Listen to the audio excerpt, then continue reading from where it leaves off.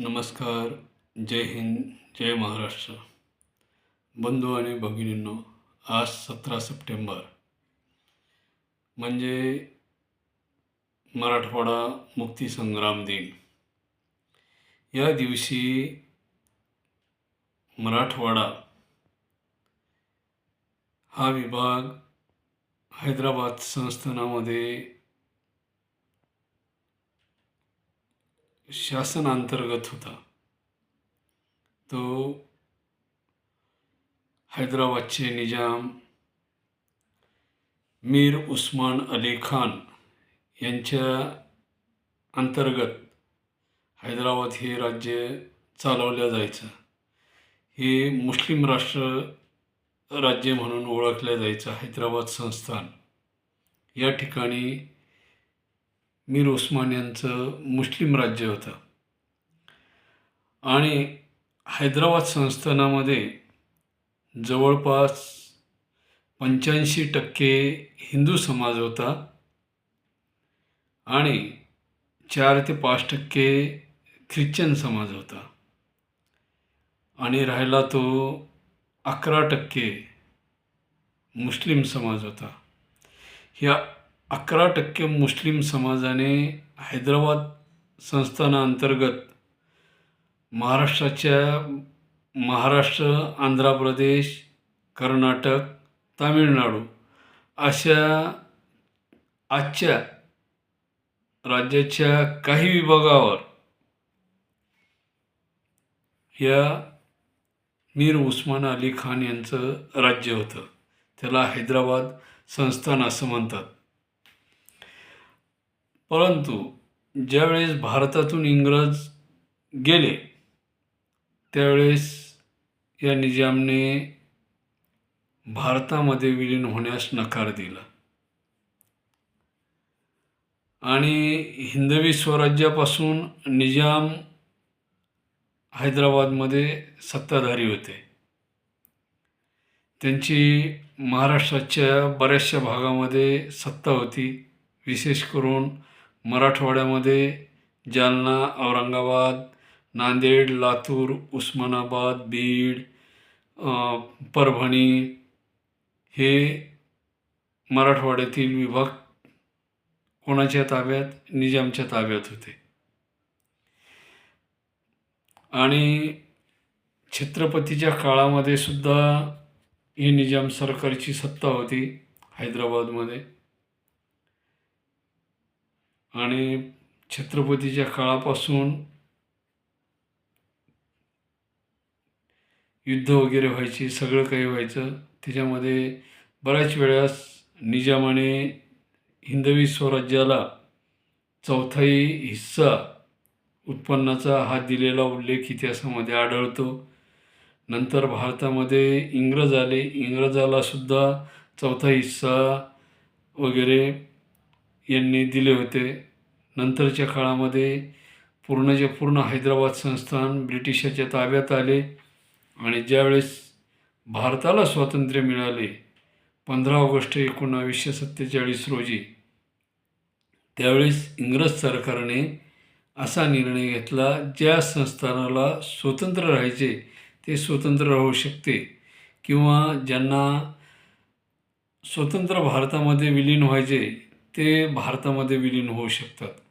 आणि त्यामुळे मीर उस्मान अली खान या व्यक्तीने स्वतंत्र भारतामध्ये विलीन होण्यास नकार दिला आणि तुर्कस्तान, पाकिस्तान या ठिकाणाहून लाखोचं त्यांनी सैन्य आणून हैदराबादमध्ये संरक्षित करण्याच्या दृष्टीने उभा केले आणि ते 11% मुस्लिम लोकांनी 85% हिंदूवर सत्ता गाजवली. ज्यावेळेस इंग्रज भारतातून गेले तरीही त्यांनी काय केलं? नकार दिला. आम्ही स्वातंत्र्य राहू, आम्हाला स्वतंत्र भारतामध्ये विलीन व्हायचे नाही. आणि मग भारताचे पहिले गृहमंत्री सरदार वल्लभभाई पटेल यांनी 17 सप्टेंबर 1948 रोजी ॲक्शन घेतलं. त्याला ऑपरेशन पोलो या नावाने ओळखलं जातं किंवा पोलिश ॲक्शन असंही म्हटलं जातं. आणि दिल्लीवरून जो ताफा निघाला त्या ताफ्यामध्ये स्वतंत्र भारतातील मिलिटरी हैदराबादच्या दिशेने निघाली होती. आणि त्याच काळामध्ये अनेक खेड्यापाड्यातून सर्वसामान्य जनतेने ह्या निजाम सरकारच्या रजाकार रेजिमेंट, निजाम सरकारच्या सैन्याला रजाकार असं म्हटलं जायचं, ते एवढे क्रूर होते. त्यांनी लहान मुलं, स्त्रिया, वयस्कर माणसं यांच्या कत्ली केल्या, महिलावर अत्याचार केले, बलात्कार केले. आणि एवढे निर्दयी स्वरूपाचे हे रजाकार लोक त्या काळातील इतिहासकारांच्या म्हणण्यानुसार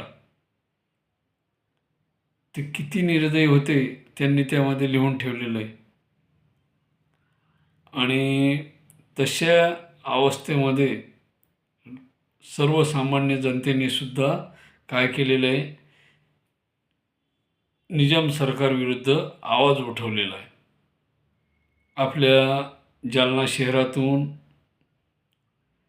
विजेंद्र काबरा, त्यानंतर दौडसेठ, संभाजीनगरचे गोविंदभाई श्रॉफ,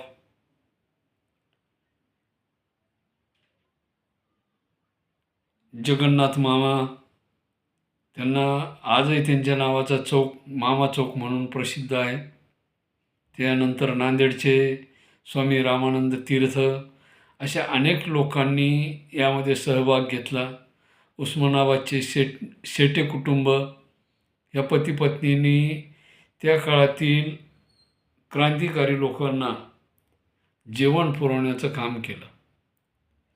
जे रजाकाराच्या विरुद्ध लढत होते त्यांना त्यांनी जेवण पुरवण्याचं काम केलं. म्हणजे प्रत्येकाने आपापल्या परीने या मुक्तीसंग्रामामध्ये सहभाग घेतला. आणि हा सहभाग घेऊन सर्वसामान्य जनता हैदराबादच्या निजाम सरकारविरुद्ध लढत असताना 17 सप्टेंबर 1948 रोजी सरदार वल्लभभाई पटेल यांचं सैन्य हैदराबादच्या सीमेवर पोहोचलं आणि त्यांनी आक्रमण केलं. आणि तशा वेळेस निजाम शरणागत आला आणि पळून गेला त्या ठिकाणाहून. आणि त्यानंतर हैदराबादमधून तो जो जुलमी प्रकार होता तो 17 सप्टेंबर रोजी पासून थांबण्यात आला आणि हैदराबाद हे स्वतंत्र भारतामध्ये विलीन करण्यात आलं. मीर उस्मान अली खानची अपेक्षा अशी होती की आम्हाला स्वतंत्र राहून पाकिस्तानप्रमाणे आम्ही मध्यभागी मुस्लिम सत्ता गाजू. परंतु सरदार वल्लभभाई पटेलच्या निर्णयामुळे ते होऊ शकलं नाही. पंडित नेहरूची इच्छासुद्धा मीर उस्मान अली खानबरोबर होती, परंतु सरदार वल्लभभाई पटेलांनी ते मान्य केलं नाही. त्यांनी सांगितलं आम्हाला ते नको आहे, तुम्हाला विलीन होणं गरजेचं आहे, तुम्हाला विलीन व्हावंच लागेल. आणि अशा अवस्थेमध्ये मीर उस्मान अली खान भारतातून पळून गेला. आणि ही इतिहासाची विखुरलेली पाने आम्ही विश्वम ज्वेलर्सच्या वतीने एकत्रित करण्याचा प्रयत्न करत आहोत. आपल्यापर्यंत पोहोचवण्याचं काम आम्ही विश्वम ज्वेलर्सच्या वतीने करतो आहोत. आणि मीर उस्मान अली खान यांचा पूर्ण इतिहास स्पेशल एपिसोड आपण बनवूया. पुढच्या भागात आपण तो पाहू. आज 17 सप्टेंबर असल्यामुळे आपण थोडक्यामध्येच हा भाग या ठिकाणी ब्रॉडकास्ट केलेला आहे. जय हिंद, जय सनातन. धन्यवाद.